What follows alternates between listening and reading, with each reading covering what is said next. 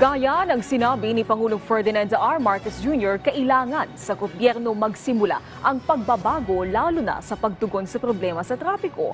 Kaya naman ang Pangulo ilang kautusan ang ipinalabas na layong magkaroon ng disiplina sa mga miyembro ng pamahalaan sa kalsada. Kung ano-ano mga yan, alamin sa sentro ng balita ni Kenneth Pasyente.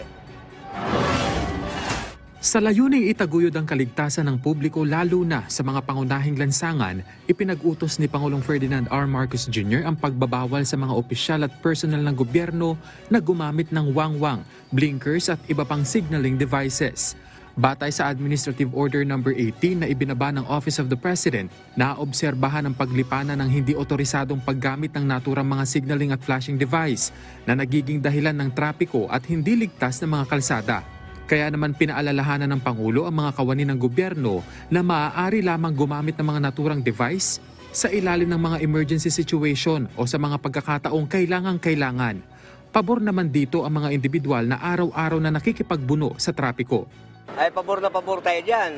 Kailangan wala na tayong gagamitin na wangwang. Ayan ang nakaano sa kalsada eh. O pag nagwangwang, nailag ka agad yung mga natataranta minsan yung mga driver. Kung hindi naman emergency, gumagamit ng wangwang, hindi maganda. May isang may sirena, nagwawangwang na ganyan, siyempre, nagkakabulbong, hindi malamang kung kakaliwa, kanan, nagkakaroon ng cause of traffic. Gayunman, exempted naman sa naturang direktiba ang mga sasakyang ginagamit ng law enforcement agencies gaya ng AFP, NBI at PNP, gayon din ng fire trucks, mga ambulansya at iba pang emergency vehicles. Inatasan naman ng Pangulo ang Transportation Department at iba pang concerned agencies na i-review, i-evaluate at i-update ang mga existing policy at guidelines para matiyak ang epektibong implementasyon ng AO No. 18. Sa bisa naman ng Executive No. 56, nagbaba ng direktiba ang punong ehekutibo na i-regulate ang pag-issue ng protocol license plates para pa rin sa mga government official. Ito'y sa harap ng tumataas na reklamo at paglipanan ng hindi otorisadong paggamit nito. Kaya naman mula sa dating 16 na mga opisyal ng gobyerno na maaaring gumamit ng low-numbered protocol license plates ay ibinaba ito ng Pangulo sa 14 na lamang.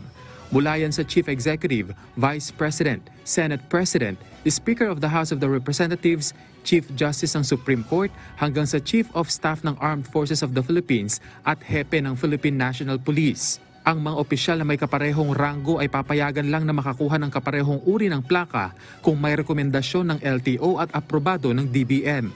Nakasaad din sa EO na balido lamang ang naturang protocol license plates sa panahon ng kanilang panunungkulan at dapat nakarehistro sa mga sasakyang nakapangalan sa kanila. Dapat din itong isauli oras na sila ay mag-resign o matapos ang kanilang termino. Pinapayagan naman ng mga otorisadong government official na makakuha ng hanggang 3 protocol license plate, maliban na lamang sa Pangulo, Vice President, Senate President, Speaker of the House of the Representatives at Chief Justice na maaaring makakuha ng hanggang 3 na low-numbered na plaka.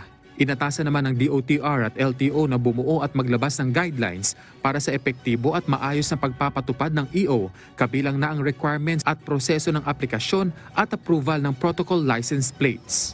Kenneth Pasyente, para sa Pambansang TV sa Bagong Pilipinas.